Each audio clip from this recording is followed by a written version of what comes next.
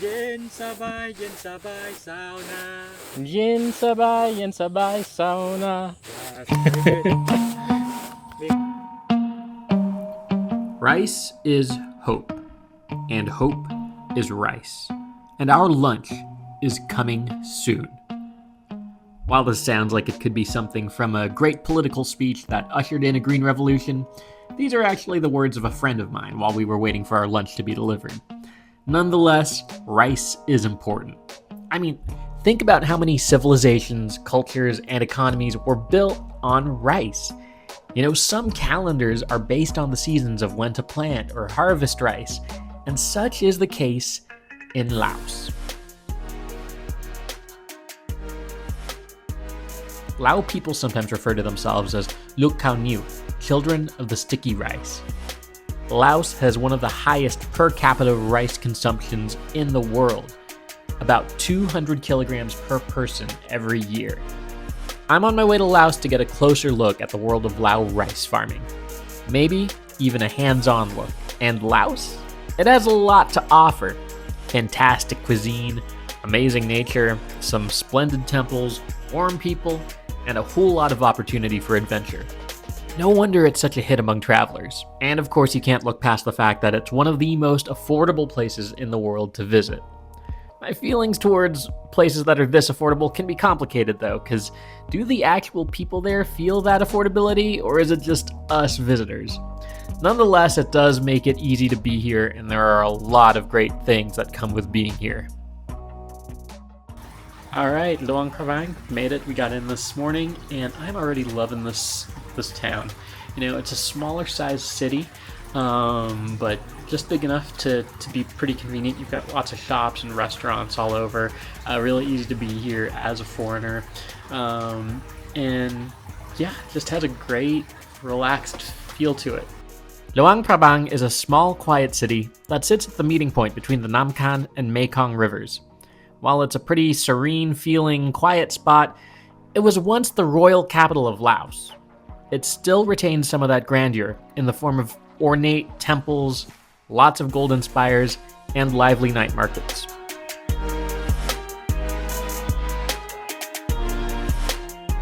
Alright, we're getting a bit of an earlier start this morning. Today, we're going off to see a rice farm. It is a rainy morning here in Luang Prabang, and yeah, I kind of like it. I mean, the rain coming through the jungle on the river vibes are doing it for me.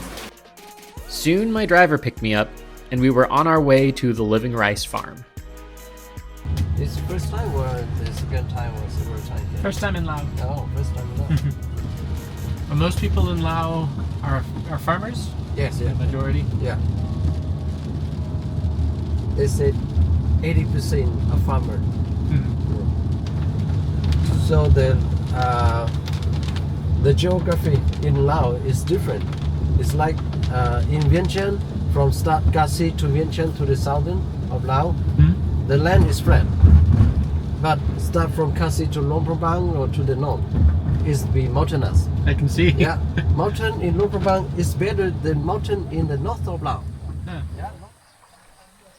And now we've arrived at the living rice farm, and I can already say, this place is gorgeous.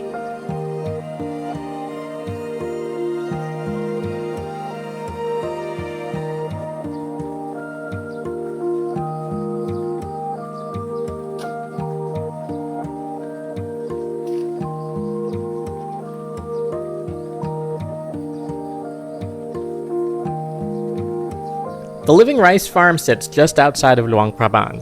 It's a family-owned and ran farm that has been in this family for generations.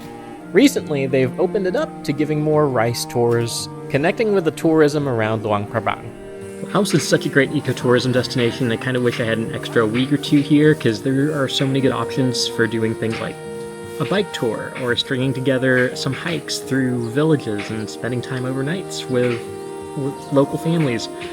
I know sometimes it can be tough to separate the legit organizations from the pretenders when it comes to sustainable travel or ecotourism. I'll say that here in Laos it felt unusually straightforward. Lao culture is conservative, and by that I mean soft-spoken, not into loud displays, and just contained in public. But Lao people have been extremely friendly. I was welcomed by Keow, who was going to be my host for the day.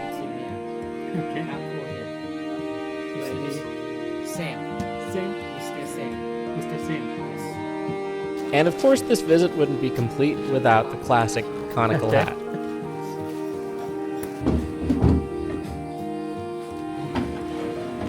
While this conical hat serves as very practical protection from sun and rain, it's become a bit of an icon among farmers across Southeast Asia. As a Filipino, I'm used to calling it a salakot, though I think the Lao name for it is coop, if I'm saying that right. Now, speaking of being Filipino, oftentimes when I'm traveling, I will introduce myself as Filipino or being from the Philippines. It's complicated, but a lot of times when people look at me, this is a easier answer than saying I'm from the US. Where are you from? Philippines. Philippines. Yeah. The most Philippines speak English, right? However, I think I was raising eyebrows when I made people wondering why this guy from the Philippines needs to go to Laos to learn how rice is grown and cultivated.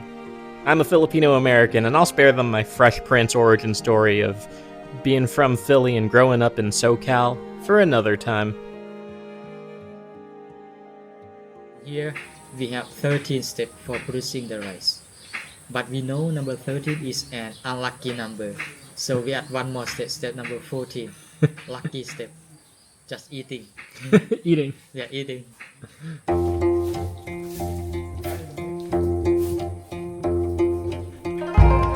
Well, you heard it. Cultivating rice is a 14-step process, and I am here to do all of them. Especially that 14th one, but we gotta get there first.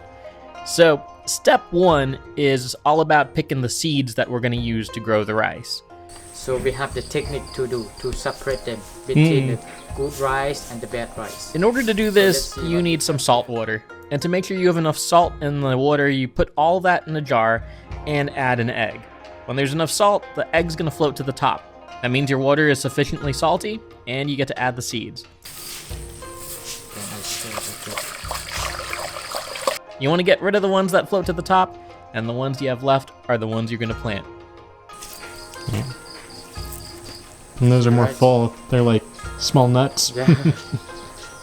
At the bottom is full rice, but for the rice on top, it's just like a chicken egg.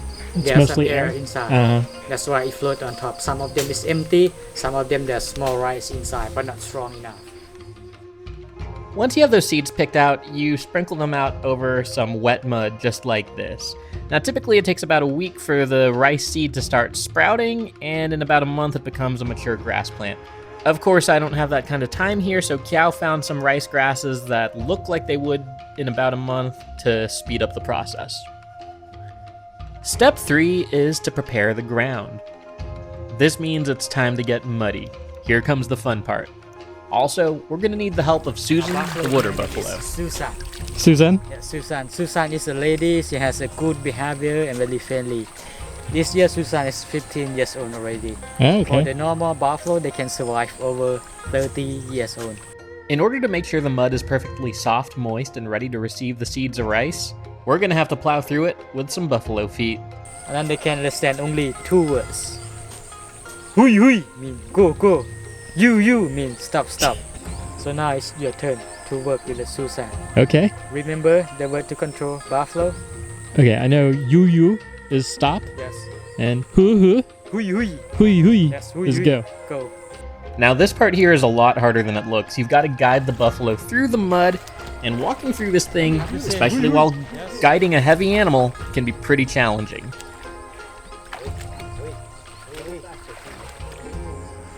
Hui hui. Yeah, you are doing great. Hui hui. This might be the closest thing I'll experience to the way cartoons used to show quicksand.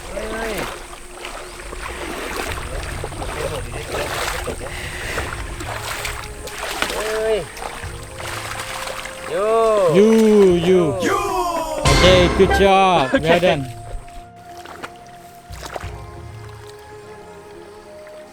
Once the mud is ready, it's time to go back out there with some rice seedlings.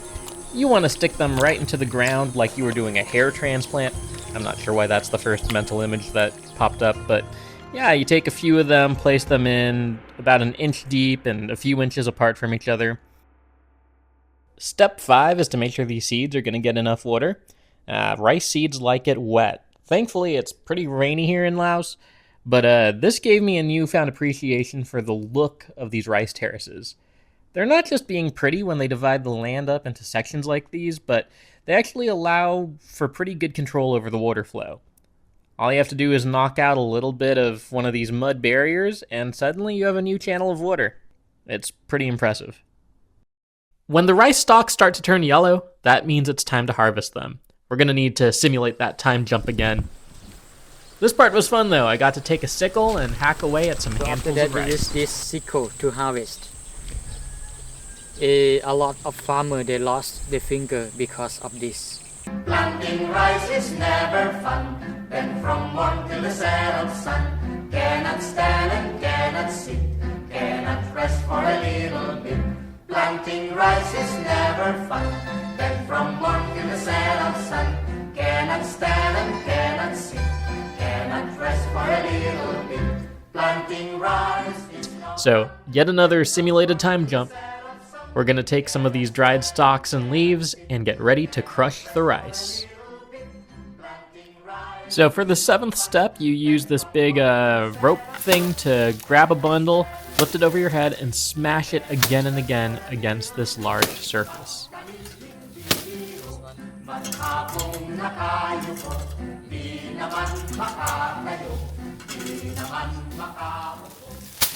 You know you're done when rice stops coming out of the stalk.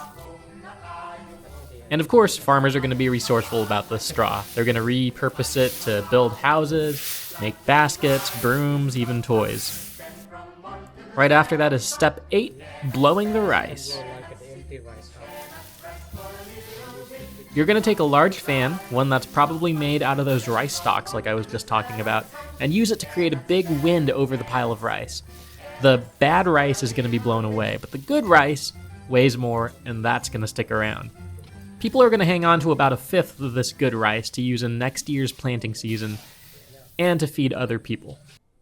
The rest of the process pretty much takes place at home, so step number 9 is to just bring home the rice. There's a variety of different baskets, backpacks, and contraptions that are used to carry the rice, and the one you use will probably depend on the region you live in. The one I had fun working with were these 2 baskets attached by the wooden bar. For the Laos technique, that come to basket together. And then we put on the bamboo stick here, and put on shoulder like this. On the back is longer. Then we use one hand to. Keow told me that it was really important to keep your balance. That makes sense. And the best way to do that was with a bit of a sexy walk. Need more technique. Getting your rear into it with a little sway.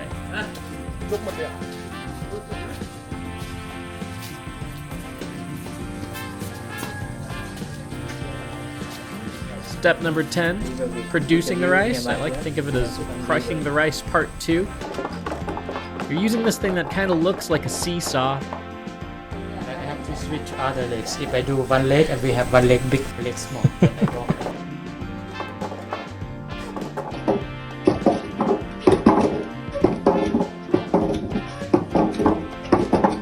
Step number 11 is going to be sifting the rice. What's really happening here is it's getting filtered through this woven bamboo platter. The person doing this is flipping it up in the air, getting it to land back on the plate. That's not an easy thing to do. But this might be look very broken rice. But it doesn't matter because in the former time we just keep it for eating. Traditionally, this is considered women's work, and it's considered very important as a Lao woman to learn this skill. Being able to master it really gives you a leg up in the getting married department. Now the next 2 steps are ones I'm pretty familiar with. They basically get us to cook the rice.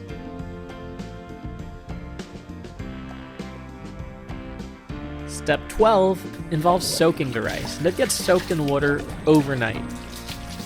And then step 13, steaming the For rice. cooking, for making fire, we use a dry wood, a dry bamboo. And then we have to control the level of the fire just around here, not too high. Here they cook the rice in a big steamer on top of an open flame. So they do this is upstairs? Yes. In the former time we live in the jungle. We have to build the house like that first for protect us from the wild animal at the night time. And then we fill up the water in the pot here, just like this. Little. Make sure the water under the basket doesn't touch the basket. Total time for cooking is 25 minutes. And that brings us to our long-awaited step 14. Time to eat. In our garden over there. So, about 60% of the arable land in Laos is used to grow rice. Rice is, you just can't overstate its importance. I mean, I'm not somebody you need to convince on the importance of rice, but seeing the role it plays here makes it the foundation of everything. My observation is that the rice that accompanies most meals here tends to be sticky and glutinous, and it's really the base of every meal. It's such a way of life that the calendar largely revolves around planting season, harvesting season, rainy season, which we're in right now. Alright, ready to get a direct taste of it. So first I have a sticky rice here for you, and I just cook downstairs. So then it was a yellow curry with chicken, and stir mixed vegetable with chicken, and then clear soup with tofu and chicken. And a Luang Prabang salad. Okay. My last one is aubergine, eggplant. And for the Lao style, for eating sticky rice, we use the hand to make like a ball. And then you pick up Yes, the others. yes, that's right. To eat like a one bite with food. Okay. Let's enjoy. So, in my mind, rice has something in common with grapes. If you're going to grow one of those crops, you're going to be doing so somewhere beautiful, most likely. Like, grapes are grown on those epic vineyards, and rice is grown in places that look like this. And this is lunch with a view. It seems like I'm stating the obvious, but food is just gonna taste better when you know its story, when you've had a hand in its story, even a small one. Understanding that your food comes from somewhere makes the experience so much better. Rice is a staple dish, and here in Laos it's truly foundational for the rhythms, the cycles, the seasons of life. It shapes the way the land looks. Its extra parts turn into objects all throughout daily life. And it's simply delicious, especially when part of a meal like this. I'm really thankful to Keow, to his family, to the Living Land Farm, for giving me the chance to get to know rice a whole lot better than I ever thought I would.